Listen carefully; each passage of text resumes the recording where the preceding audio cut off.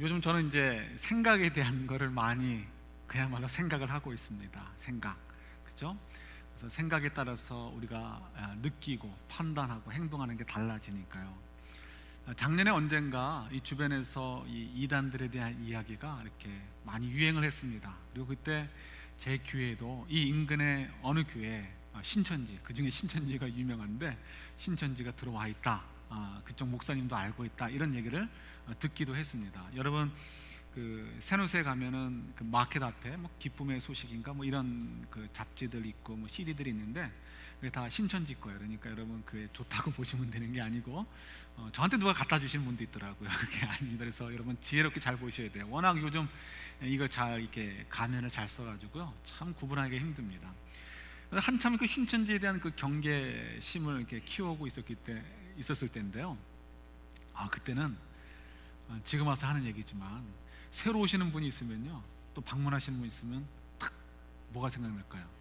저분이 신천지일까 아닐까 이 생각부터 드는 거예요. 특히 뭐 열심으로 뭐 아멘 아멘 하고 열심히 뭐 하려고 하면은 더 이제 의심이 되는 거죠. 그분들이 그렇게 한대요. 빨리 와가지고 정착하기 위해서 신앙 좋은 척 한다는 거죠. 그래야 이제 빨리 이제 휘어잡을 수 있으니까. 그래서 그게 마음에 조금 이게 걸리더라고요. 이거 좀 뭔가 문제가 있긴 있다. 경계는 해야 되지만 뭔가 문제는 있긴 있다, 이런 생각을 가졌습니다. 그런데 이게 언젠가 또 바뀌더라고요. 어떻게 바뀌었냐면 우리 작년 여름 정도부터 우리 기도했던 내용이 있죠. 하나님, 우리를 써주십시오. 어떻게 써달라 했죠? 하나님이 사랑하는 영혼들 우리에게 보내주셔서 그들을 쓰시려면 그들을 훈련시키시고 그들을 준비시키셔가지고 그래서 이제 그들의 인생을 쓰게 하시고 그래야 그들이 하나님이 기뻐하시는 인생이 될 텐데, 그러기 위해서 사용하는 통로, 그런 교회, 훈련시키고 양육하는 교회가 되게 우리를 도와주십시오, 사용해 주십시오, 이렇게 기도하죠. 그래서 우리가 기도할 때 하나님의 사랑하는 영혼 우리에게 보내주십시오. 그리고 그들이 말씀을 잘 양육하고 우리 사랑으로 케어해서 하나님이 기뻐하시는 인생들, 하나님이 사용하신 인생들 되게 도와주세요, 이렇게 기도했잖아요. 그렇게 또 기도하고 거기에 대한 관심을 갖다 보니까 이제 또 몇 달 전부터는 새로 오는 분들마다 보이면 어떻게 생각이 되겠습니까? 언제 신천지에 대한 생각이 했는지 이제 뭐 생각도 안 나고요. 저분은 하나님이 사랑하는 분인가 보다, 이런 생각이 드는 거예요. 이런 생각, 그죠? 좋더라고요. 괜히 그 기대가 되고요. 하나님께서 저분을 통해서 어떤 일들을 하실까? 우리 교회를 위해서 무슨 봉사한다 이런 차원이 아니고 하나님께서 그 인생을 들어 사용하셔가지고 얼마나 아름다운 일들을 이루실 것인가, 거기에 대한 기대를 가지고 보게 되니까요, 너무너무 좋은 것 같아요. 그러니까 생각이라는 건 참 무섭다 하는 생각을 갖습니다. 그렇죠? 그래서 생각을 잘 저희들이 이제 이렇게 지혜롭게 컨트롤하고 또 조정하는 것이 필요하죠. 이 생각이라는 것이 얼마나 중요한지, 그죠? 저희가 계속해서 고린도후서를 가지고 묵상하는데 이 생각 때문에 참 고린도 교회 성도들이 그냥 송두리째로 흔들리는 것을 보게 됩니다.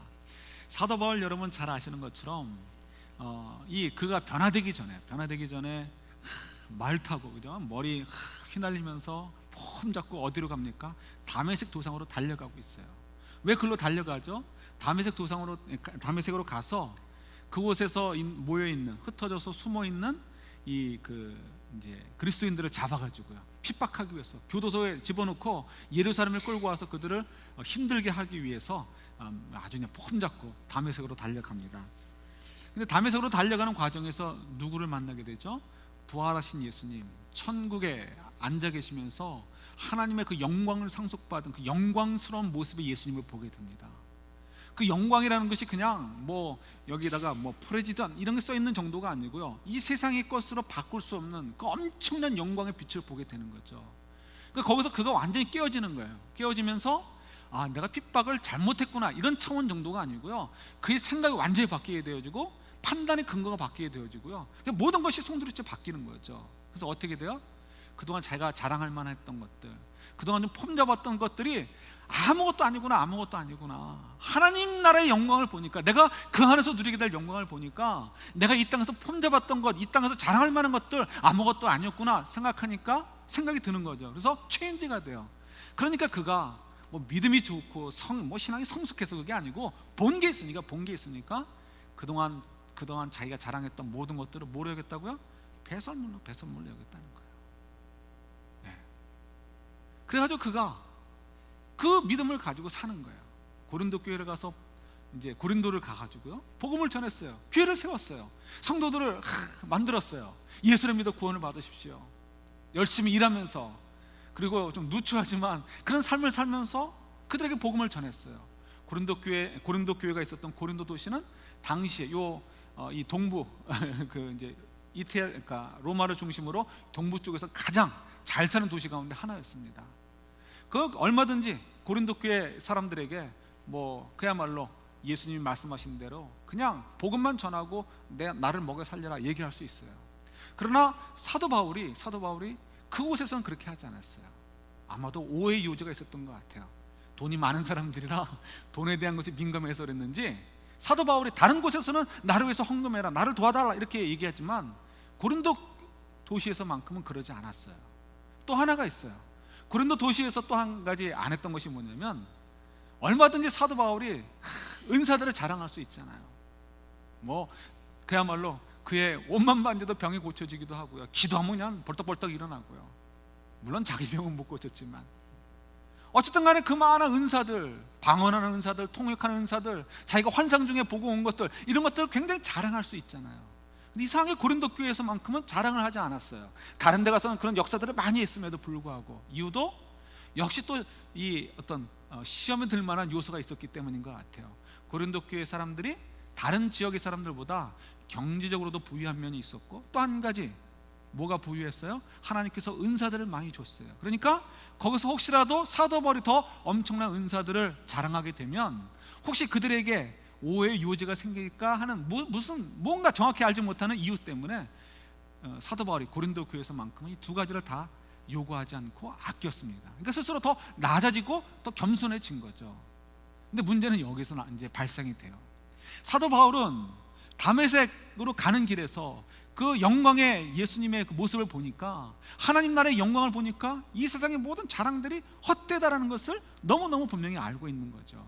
그런데 고린도 교회 성도들은 그걸 아직 모르는 거예요. 신앙이 거기까지 자라지 못한 거예요. 그들에게 있어서는 한 가지 생각을 저버리지 못했는데, 폼나는 인생을 살아야 된다, 자랑거리가 있어야 된다, 이거를 떨쳐버리지 못하는 거예요. 떨쳐버리지. 심지어는 예수님을 믿은 결과로서, 예수님으로부터 받은 은혜의 결과로서 자랑할 것이 있어야 된다. 은사들도 있어야 되고요, 부도, 경제적인 부도 있어야 되고, 오늘날로 얘기하면 건강도 있어야 되고, 이런 것들을 생각하는 거예요.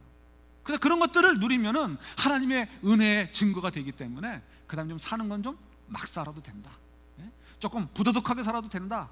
내가 하나님으로부터 은혜를 받아가지고 은사도 있고 내 경제적으로 이렇게 부유한데 내가 뭐 꿀릴 게 있나, 내가 이렇게 자랑할 것이 많은데, 이런 생각을 가지고 산단 말이에요.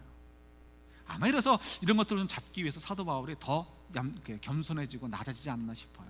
그런데 이걸 이해하지 못하니까 이 고린도 교회 사람들이 사도 바울을 좀 이상하게 생각하기 시작하는 거예요. 조금 룩다운해서 보기 시작하는 거예요. 좀 별 볼 일 없는 사람인가 보다.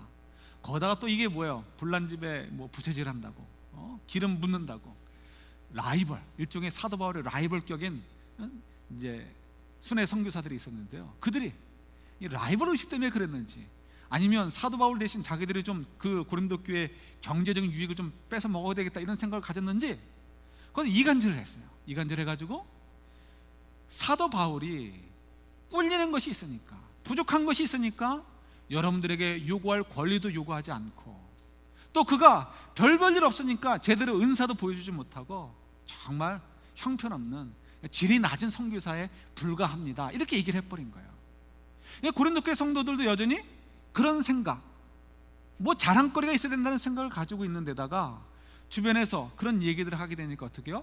막 흔들리는 거. 심하게 흔들렸습니다. 심하게 흔들려서 사도 바울을 점점점 깎아내리기 시작을 해요. 점점점 깎아내려서 처음에는 뭐가 꿀리는 게 있나 보다, 그 다음엔 조금 부족한 사람인가 보다, 부족한 선교사인가 보다 하다 나중에는 깜짝 놀랄 만한 얘기까지 하는 거예요. 그게 우리도 보면은 얘기하다 보면 욱하는 사람들 있잖아요. 그래서 아무 생각하지 않고 먼저 말부터 확 하는 분들 있죠. 그렇게 얘기하는 분이 있는 것 같아요. 뭐라고 얘기했냐면, 우리 고린도후서 10장 7절 한번 찾아볼까요?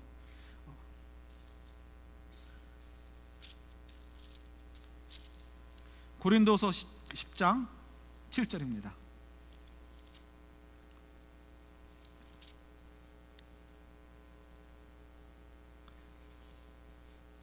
다는 아닐 거고 몇 사람들이 아마 이렇게 얘기한 것 같아요.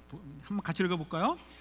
너희는 외모만 보는도다. 만일 사람이 자기가 그리스도에게 속한 줄을 믿을진데 자기가 그리스도에게 속한 것 같이 우리도 그러한 줄을 자기 속으로 다시 생각할 것이라. 이게 무슨 말일까요? 그리스도께 속한 사람으로 생각해라. 이게 뭐냐면 오죽했으면 사도 바울이 그냥 욱하는 사람이 누군가를 얘기했겠죠. 사도 바울 팍 깎아내리다가 이제는 사도 바울 그리스도인도 아닌 것 같아, 이렇게 돼버린 거야. 그리스도도 아닌 것 같아, 그리스도인도 아닌 것 같아, 그리스도인도 아닌 것 같아.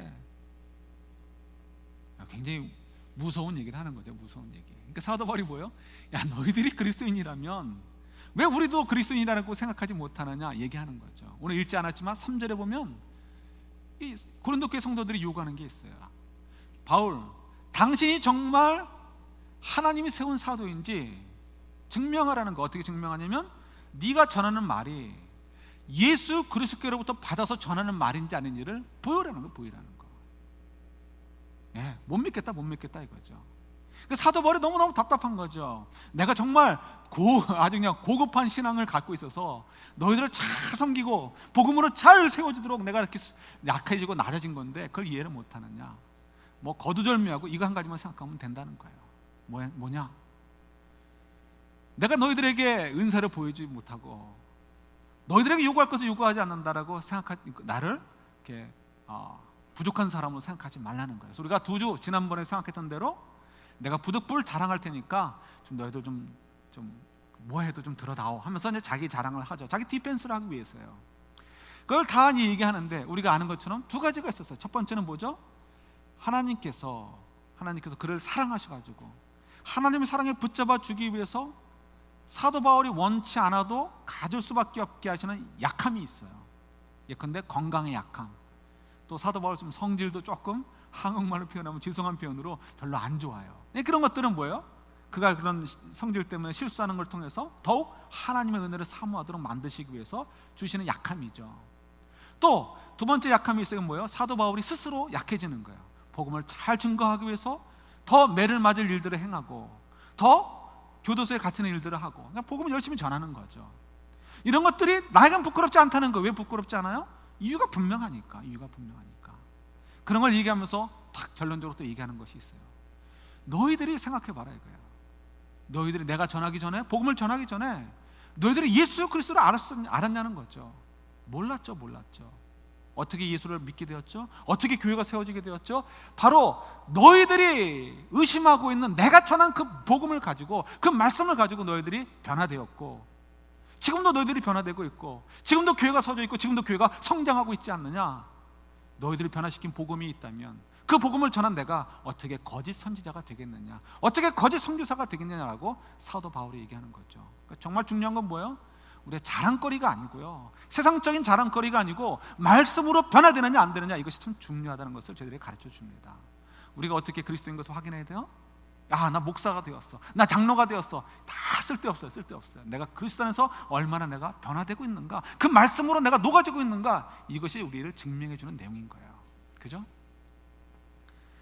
오죽하면 그 의심이 심각해지니까 예수님마저도 의심이 될 수 있는 거예요.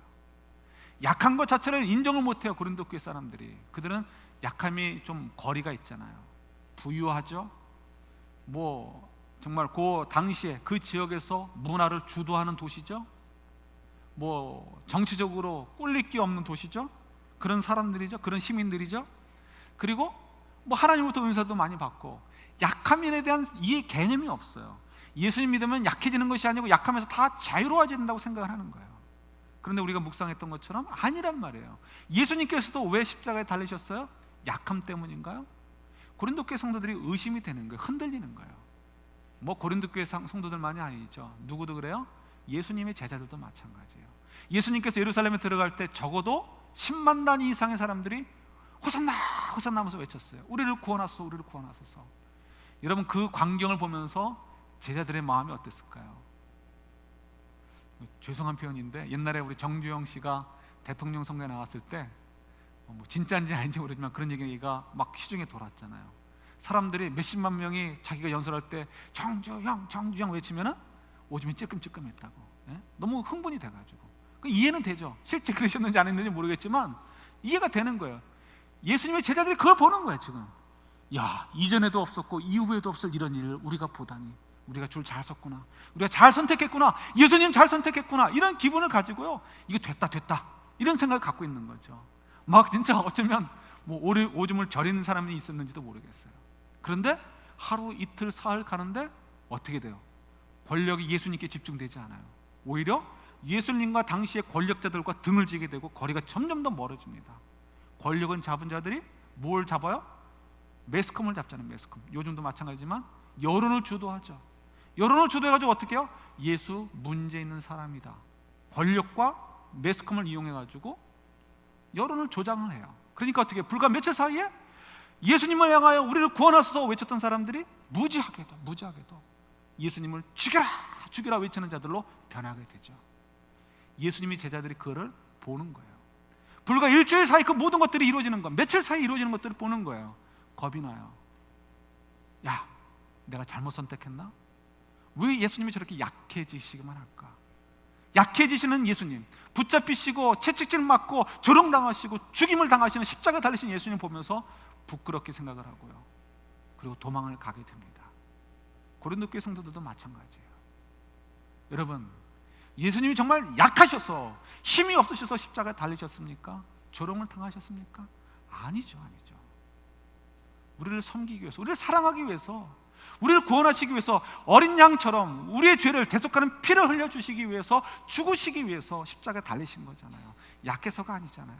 그러니까 우리 4절 본문 말씀대로 하나님의 능력으로 예수님이 약한 분이 아니다라는 것을 증명하기 위해서 하나님이 그를 높이시는 것을 보게 됩니다. 고린도 교회 성도들에게 얘기하는 거예요. 야, 너희들 기억해라. 예수님이 약해서 너희들이 생각하는 것처럼 예수님 비실비실 되셨느냐? 그게 아니잖아. 마찬가지로 자기들을 돌아볼 때도 그렇게 돌아보라는 거예요. 신앙의 모습들도 그렇게 돌아보라는 거예요. 약해진다고 해서 너무 겁먹지 마십시오. 하나님이 믿음의 분량대로 주시고 약해지신 만큼 또 하나님께 높이시는 것을 여러분 기억을 하십시오. 이거 이제 바꾸는 것이 참 어렵습니다. 어려워요. 지난주에도 말씀드렸듯이 정말 마음속에 주님의 은혜를 너무 받고 싶어요. 찬양 드릴 때 그 찬양으로 막 마음에 그냥 그 은혜의 비가 쏙쏙쏙 전부 다 업주얼부되게 그냥 전부 다 확확 다 빨아마시고 싶고요. 생각할 때마다 예수님의 그 은혜 생각하면서 그 사랑 생각하면서 살고 싶어요. 그런데 이 마음은 원인데 이게 몸이 안 된다고요. 이 머리로는 그게 옳다, 그렇게 되고 싶다 하는데 내 영혼이 잘 안 움직여요. 그야말로 비가 막 오는데 그냥 제 앞에서 그 은혜의 비가 줄줄 흘러내려가는 것 같아요. 한 방울도 업절부가 안 되고 제 마음에, 제 영혼에 정말 그 악한 더러움의 것이 코팅되어 있는 것 같아요. 이거 어떻게 하면 없애버릴 수 있을까요? 어렸을 때 이 모터로 돌아가는 이렇게 탱크 이런 것들을 조립하면서 놀았던 기억이 납니다. 뭐 힘들 때니까 그 하나 살려면 좀 돈을 좀 모아가지고 샀는데 사면 그 이제 지금도 기억하는데 그 모터가 동그랗게 생긴 게 있고 네모나게 생긴 게 있는데요. 제 기억이 그때 아카데미라는 회사에서 만든 게 동그란 모터였던 것 같아서 그게 더 좋다 뭐 이렇게 얘기했던 기억도 납니다. 근데 이제 그때 요거를 잘 이제 그 연결해가지고 완성을 해가지고 조종하면 가고 뭐 뒤로 가고 뭐 옆으로 가고 하는데요. 잘못하면 요거를 전선을 연결할 때 그 전선을 이렇게 전기줄을 잘 이렇게 피복을 벗겨내면 되는데 그걸 잘 못하니까 어떤 때 잘못하면 잘라버립니다. 그러면 원래 회사에서 나왔을 때 조금 이렇게 잘라져 있던 것을 이렇게 끊어버리게 되면요, 어쩔 수 없이 제가 또 다시 벗겨야 돼요. 그래서 벗겨가지고 그걸 이렇게 연결했는데 작동을 하지 않는 거예요. 이게 왜 작동을 안 할까? 분명히 모터에다가 이 구리선을 정확히 연결했고 건전지도 다 맞춰졌는데, 근데 나중에 형들한테 물어보니까 그 조그만 전기줄 안에 있는 그 정말 자그만 미세한 그 이 구리선들도요 전부 다 하나씩 다 코팅이 돼 있는 거예요. 그래서 전기가 그냥 통하지 않아요. 어떻게 되냐면 촛불로 검게 그을러야 돼요. 반짝반짝 빛나가지고 되는 게 아니고 검게 그을러야 그 코팅된 것이 벗겨져가지고 전기가 통하더라고요. 그 다음에 연결해 보니까 정말 되더라고요. 어떻게 하면 우리 영혼의 잠재된 이 생각이라는 코팅, 뭔가 자랑하고 싶고요, 예?